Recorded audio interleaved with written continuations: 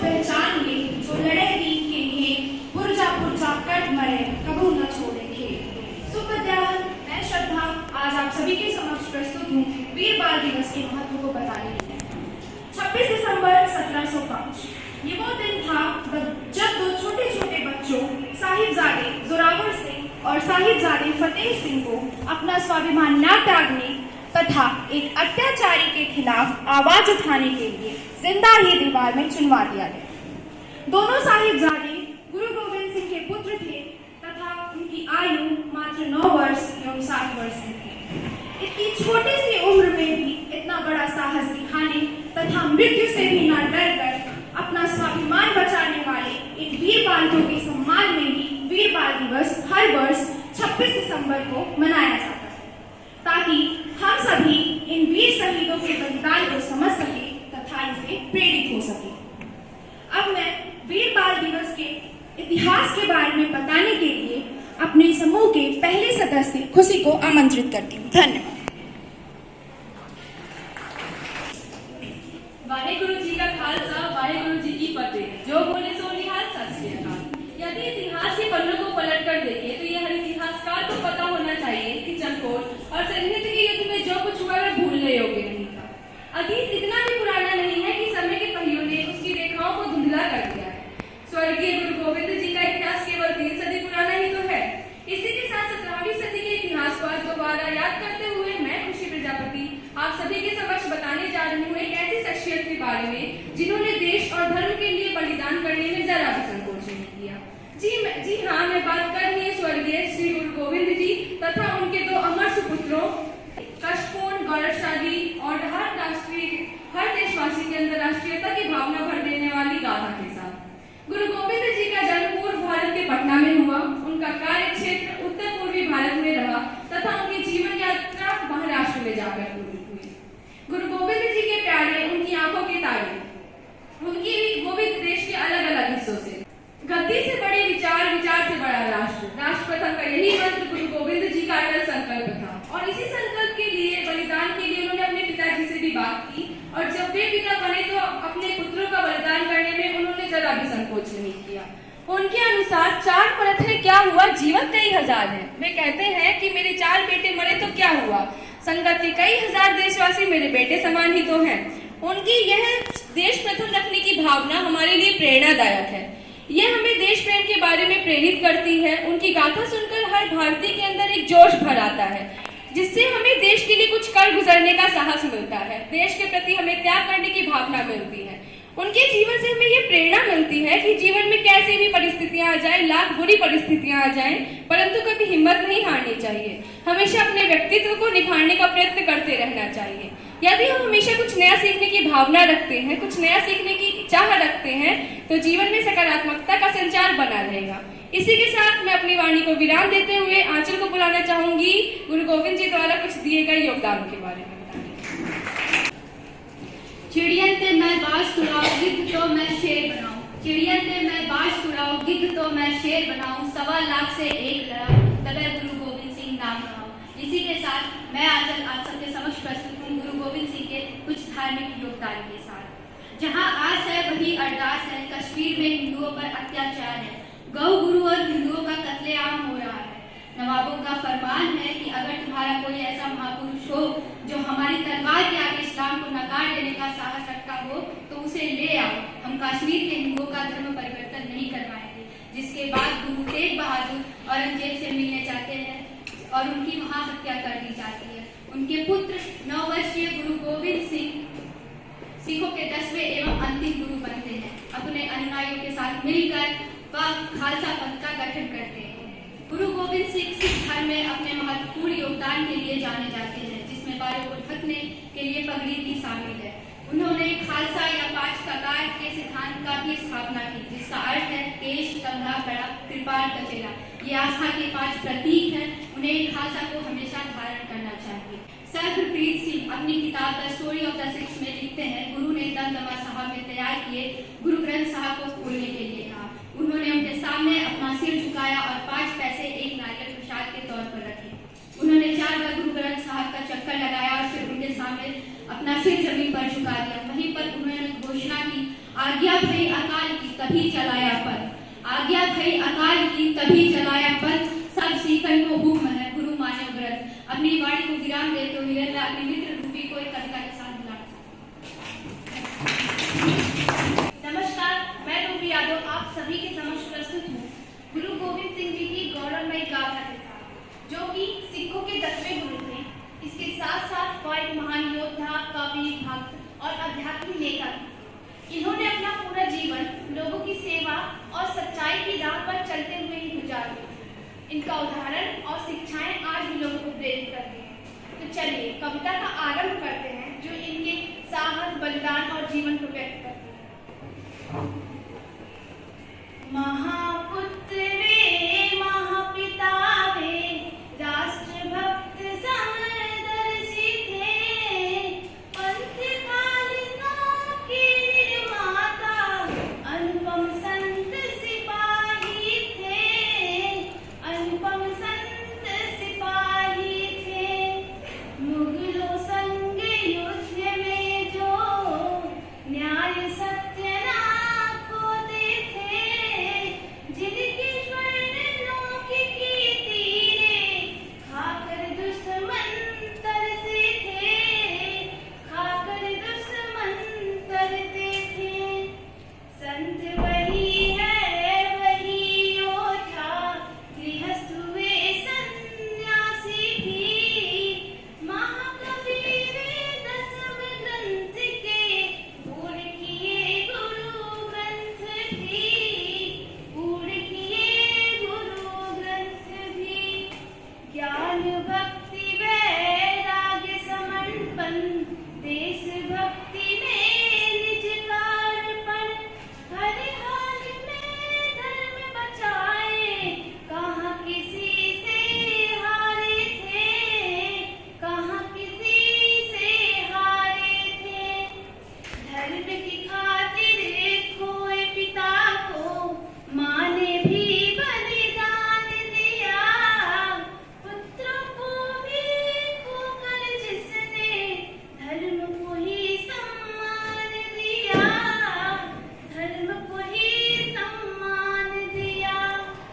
मन मंदिर हो कर्म हो पूजा, बढ़कर सेवा धर्म न दूजा, नव धर्म ध्वजा फहराया, पाखंड कभी न उनको भाया, पाखंड कभी न उनको भाया। फूल मिले कभी सूल मिले, प्रतिकूल उन्हें मार्ग मिले, फिर भी चलने की थी ठानी, मुगलों से कभी हार न मानी, मुगलों से कभी हार न मानी। नवे गुरु पिता तेग बहादुर, माता गुजरी धन्य हुई, गोविंद राय ने जन्म लिया, माटी बिहार की धन्य हुई, माटी बिहार की धन्य हुई।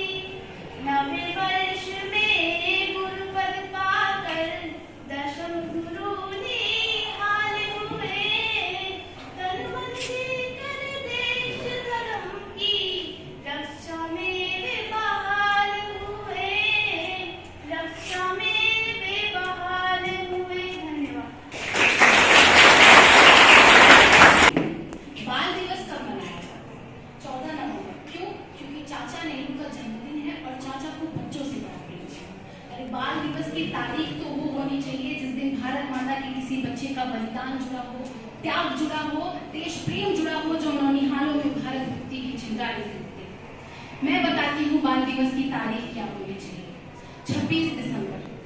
ये वही तारीख है जिस दिन गुरु गोविंद के 2 बच्चों ने धर्म त्यागने की जगह प्राण त्यागना स्वीकार कर लिया और पूरी दुनिया को बता दिया कि धर्म त्याग करने के लिए उम्र नहीं, स्वाधर्म के लिए अनुराग होना चाहिए बस। नमस्कार, सत श्री अकाल। मेरा नाम वर्तिका यादव। मैं आपको बताऊंगी गुरु गोविंद के 2 सपूतों की कहानी, जिनको अपनी कोख से जन्म देकर भारत की मिट्टी भी धन्य हो गई, जिसने औरंगजेब की क्रूरता को घुटनों पर ले आया। और इसके पहले कि मैं कहानी सुनाऊं, दोनों सपूतों की उम्र जान लीजिए, एक 9 वर्ष के और दूसरे सिर्फ 7 वर्ष के। कि कहानी जानने से पहले आपको 7000 वर्ष पुरानी कहानी जाननी होगी, जो कि जब श्री राम रावण का वध कर लंका विभीषण को सौंपकर अयोध्या वापस आ रहे थे, तभी लक्ष्मण उनसे कहते हैं कि लंका तो स्वर्णमयी है, हम लंका को छोड़कर क्यों जा रहे हैं, हमने उसे अपनी बल और बुद्धि से प्राप्त किया है। श्री राम मुस्कुरा कर उनका जवाब देते हैं, हे लक्ष्मण, माना कि लंका स्वर्णमयी है, लंका में अपार सुख है, स्वर्ग के समान है, मगर अयोध्या मेरी मातृभूमि है और माँ और मातृभूमि से बढ़कर कोई स्वर्ग नहीं होता है। तो जैसे कि जो हमारे देश के कई जवानों ने अपनी संस्कृति को सबसे आगे रखा है, ना कि अपनी जान का बलिदान देकर अपनी संस्कृति को सबसे आगे रखा है, उसी बलिदान परंपरा की पराकाष्ठा है साहबजादे फतेह सिंह और साहबजादे जोरावर सिंह। वर्ष था 1705, जब औरंगजेब और गुरु गोविंद सिंह के बीच में आनंदपुर साहिब किले के लिए भीषण संघर्ष चल रहा था। बिजली से भी तेज तीखी तलवारें उंगलियां लश्कर को लाशों में बदल रही थी। परिणाम स्वरूप गुरुजी को आनंदपुर किले में विजय प्राप्त होती है। पहले तो इस पे विश्वास ही नहीं होता है औरंगजेब को कि वह यह हार चुका है, मगर जब लाशों से भरा ढेर उसके आंगन में बिछड़े पड़ा होता है और खूनों से लथपथ जमीन देखकर वो पानी से बाहर निकली हुई मछली की तरह तड़पने लगता है। उसे विश्वास हो गया कि वो पूरी मुगलिया फौज ही क्यों ना झोंक दे, फिर भी सिखों का बाल भी बाका नहीं कर पाएगा। फिर क्या था, भेज दिया पत्र उसने गुरुजी को, अपनी राजनीति। पत्र में लिखा, मैं कुरान की कसम खाता हूँ, आप आनंदपुर किले को छोड़ दे तो मैं आपको बख्श दूंगा, जाने दूंगा। मगर गुरुजी को उस पर बिल्कुल भी शक नहीं था, क्योंकि उसने अपनी भाइयों का भी कत्ल किया है और अपने पिता का सिर्फ तख्त के लिए अपने पिता को जेल में भिजवा दिया है। फिर भी गुरुजी उसकी बात मान लेते हैं और आनंदपुर किले को छोड़कर निकल जाते हैं। सरसा के किनारे औरंगजेब का हमला हो जाता है। सरसा की नदियां मुगल खूनों से बहने लगती हैं। भीषण युद्ध होता है। गुरुजी फिर से विजय प्राप्त करते हैं, मगर दुर्भाग्यवश गुरुजी अपने परिवार से बिछड़ जाते हैं। शायद नियति को तो कुछ और ही मंजूर था। छोटे साहबजादे फतेह सिंह और साहबजादे जोरावर सिंह अपनी दादी गुजरी सिंह देवी के साथ रास्ता भटक जाते हैं। जंगलों में भटकते भटकते भूख प्यास से तरस एक गुफा में जा पहुंचते हैं, जहां पर उन्हें किसी ने देख लिया और सरहिंद ले जाया गया। उनके सामने शर्त रखी गई, यातना या खतना, कत्ल हो जाओ या मुसलमान हो जाओ। सूरा सो पहचानिए जो लड़े दिन के गीत, पुरजा पुरजा कट मरे कब हो न छाड़ेगी। दोनों ने साफ मना कर दिया कि हम जान दे देंगे मगर धर्म नहीं त्यागेंगे। फिर भी क्या हुआ कि सरहिंद ले जाने के बाद सरहिंद की ऊंचाइयों पे 3 दिन 2 रात तक कड़कती हुई ठंड के हवाले कर दिया गया। सोचा तो ठीक था उसने कि इस कड़कती हुई ठंड में बच्चों के हौसले टूट जाएंगे, मगर शायद उसे ये नहीं पता था कि वो गुरु गोविंद सिंह के बालक हैं। फिर क्या हुआ कि उन दोनों बालकों को नवाब वजीर खां की गजरी में पेश किया गया। फिर से शर्त रखी गई कि इस्लाम कबूल कर लो। दोनों ने साफ मना कर दिया। दोनों टस से मस नहीं हुए। फिर भी बोला गया जो चाहो मांग लो, बस मुसलमान हो जाओ। दोनों को अपनी वीर वंशावली पे गर्व हुआ, अटल खड़े रहे। फिर 26 दिसंबर, ये वही दिन है जब दोनों साहबजादे फतेह सिंह और जोरावर सिंह को जिंदा दीवार में चुनवा गया। आप बताइए, क्या आपको भी लगता है कि 26 दिसंबर से ज्यादा 14 नवंबर को है बाल दिवस के लिए? धन्यवाद। नमस्कार, मैं हरिओम मिश्रा। सत श्री अकाल, मैं श्वेता मिश्रा। आप सबके समक्ष प्रस्तुत है अपने सहपाठियों द्वारा बताई गई जानकारियों के निष्कर्ष के साथ। जैसा अभी हम सबने सुना कि हमारे भारत में सिर्फ नौजवान नहीं, बालक भी इतने निडर होते हैं कि सिर्फ 7 और 9 वर्ष की आयु में अपने प्राणों को त्याग दिया उन्होंने। हम सब इतने बड़े हैं और यहाँ बैठे हैं, शायद आज भी हम सही और गलत में फर्क नहीं कर पाते हैं, किंतु वो छोटे छोटे बालक जिस उम्र में हम शायद लड़ते हैं अपने भाई बहनों से, उस उम्र में इतने छोटे छोटे बालकों ने अपने प्राण त्याग दिए अपने धर्म के लिए, सत्यता के लिए। मगर दुख की बात है ना कि शायद हमें से कईयों को ये कहानी पता ही नहीं थी आज तक। ये शायद हमें ही नहीं पता थी, कईयों को क्या पता है। आज हम लोग ऐसे देखते होंगे तो शायद यही सोचते होंगे ना कि मैसर नहीं है जिन लोगों पर जिक्र हमारा, कभी हम भी उनकी जुबानी हुआ करते थे। मैसर नहीं है जिन लोगों पर जिक्र हमारा, कभी हम भी उनकी जुबान हुआ करते थे।